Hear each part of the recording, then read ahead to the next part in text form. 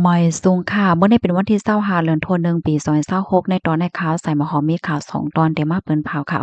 ตอนที่1ค่ะสะเทหลวงเปิ้นเผาหาเมได้ปันเงินโหล้านนะคะข่าวเที่ยงตอนหนึ่งค่ะนางแมวานก้อนหนึ่งเฮ็ดดีไม่เล่งโตเจ้าเก่าถึงดีบ่รู้สิ่งสายใจดีในเมืองไทยเนี่ยค่ะอ่อนดังเปิ้นได้ก่อเฮาค่ะมาถ่อมด้วยข่าวโขในค่ะเนาะสะเทหลวงอายุอาซากมี79ปีชื่อห้องว่าเซอร์เบนจามินสเลดเนี่ยค่ะที่เรียกว่าเป็น ผู้มาก้นมีหลงก้อนหนึ่งที่ในเมืองอังกฤษเนี่ยค่ะ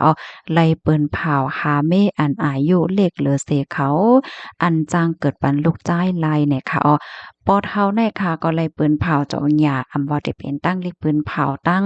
สื่อตรงวงก้นตั้งแอปพลิเคชันหาก่อหาโกป้าเจ็มเงาหางเสียงทีวีเจิ้นได้ค่ะหามาตั้งหึงกออำไลเมสีปอกเฮ็ดจังไหนค่ะเนาะนางยิ่งอันติเตจางมาเป็นเมสะเทหลงก็ในไลในได้ก็ ได้เลยเป็นนางยิ่งอันอายุ40ปีลงไตค่ะได้เลยเป็นผู้ยิ่งอันเกิดในราศีพิจิกเนี่ยได้เลยเป็นผู้ยิ่งอันอ่านลิกเพิ่นข่าวกล้าเด่นเนี่ยค่ะได้เลยเป็นนางยิ่งอันลูกมาดีเมืองอันเตรียมจือเมืองรวยโตอ้ายตัวอย่างเปิงแตงมันเหมือนจังว่าอินเดียว่าอินโดนีเซียว่าอิตาลีว่าจังไหนเนี่ยค่ะนั้นก็ผู้ยิ่งดีอันลูกมาดีเมืองอันตุ้งเจิดจัดเขานั้นมีป้าสีเขียวเนี่ยค่ะได้เลยเป็นผู้ยิ่งอันมีไหวขว้างคอเครื่องบินเฮลิคอปเตอร์นะคะได้เลยเป็นนางยิ่งที่อันมีตั้งฮู้เปิ้นทานเกี่ยวกับไปลองปักเปิงไม้มีจังไหนคะสะเทหลงก็ได้ลาดว่านั่งยิ่งอันเดๆมาเป็นเมฆเขานั้นได้ก็แน่นอนค่ะเนาะแต่เลยเป็นนั่งยิ่งอันอายุเลขเหลือเสเขาอายุ40ปีลงไตย้อนก็เปว่าเยิ่งอ้านหลงอันเปิ้นเผาหามีได้ก็ใครลูกจ้ายหนังเฮอเตจางล่มลาดด้วยถึงโคของเงินค่ำเขากว่าในอนาคตเมื่อนาเนี่ยค่ะและสังว่าผู้ยิ่งก็หลายที่อันยามมีลูกยิ่งว่าอยู่ย่อนั่นก็เป็นสังยอมรับเลยอยู่ในกำในเฮาคามาด้วยค่ะเนาะนางยิ่งอันมาเป็นเมสะเทหลวงก้อนได้ซ้ำเดลัยรับพรปางอีหังพองเนี่ยค่ะนะเดลัยรับเงินเหลินเดลัยว่ารับเงินค่ะเนาะ50,000ปอนด์เพราะเงินไทยก็ได้ตกอยู่หมอก2.1ล้านบาทต่อปีค่ะมีตีลือตีเศร้าปันมีอาหาราตั้งกินปันไหลจังไหนก้อยกะว่าจังหือก็เหย้าไหนสะเทหลวงก้อนในได้ก็ใครนางยิ่งที่อันมีเงินมีฐานะตั้งการเงินหลี เหมือนกันไหนค่ะเป็นสมาเขาได้เป็นสัตว์ที่เหลืองว่าในเซตากอลองการเงินและเจ้าในมักปอมังและก็มีลองข้องคำอยู่เหมือนกันเฮ็ดจังไหนไหนค่ะเซอร์เบนจามินสเลดในเมื่อวันตั้งก็ยามแต่นาเฮิรนมาอยู่ในค่ะ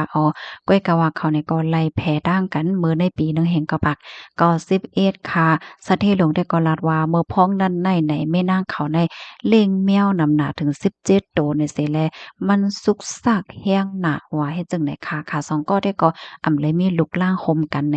ข้อมูลตอนในค่ะเลยเปิงอิงออกมาที่ห้องการข่าว NDTV ออกไว้ค่ะพี่น้องค่ะรับถอมยอหันถึงจังหือพวงเลยค่ะนะ พี่น้องค่ะถ่อมด้วยเหย้าเนี่ยจ่องเล็บได้ง่ายค่ะเนาะได้ค่ะเนาะมือกาก่อนป่นมาได้เฮาค่ะก็ได้ใกล้ๆแลยินค่ะเนาะก้นโยโย่ได้ก็ได้มีไว้ขว้างหอรถเครื่องหอรถกาเฮ็ดจังได๋ค่ะนะก้อยกะว่าก้นอันที่เตจังก็เป็นเมษสะเทหลงเลยได้ก็ได้มีป้าได้เลยมีป้าไว้ขว้างหอเครื่องบินเฮลิคอปเตอร์นะคะลูกดีข่าวงาวโหได้เห็นแล้วกำได้มาถ่อมด้วยข่าวเที่ยงตอนหนึ่งค่ะ อันในก็เป็นข่าวเงาเกี่ยวกับเลยลองแมววานเฮ็ดจังไหนเขาได้เรียกว่าเป็นข่าวเงาที่ลือไว้อยู่ที่ในตรงวงสื่อข่าวไทยก็ว่าไลเฮ็ดจังไหนคะนะเมื่อวันที่24เดือนธันวาคมที่1ปี2026ค่ะก็มีข่าวเงาออกมาว่า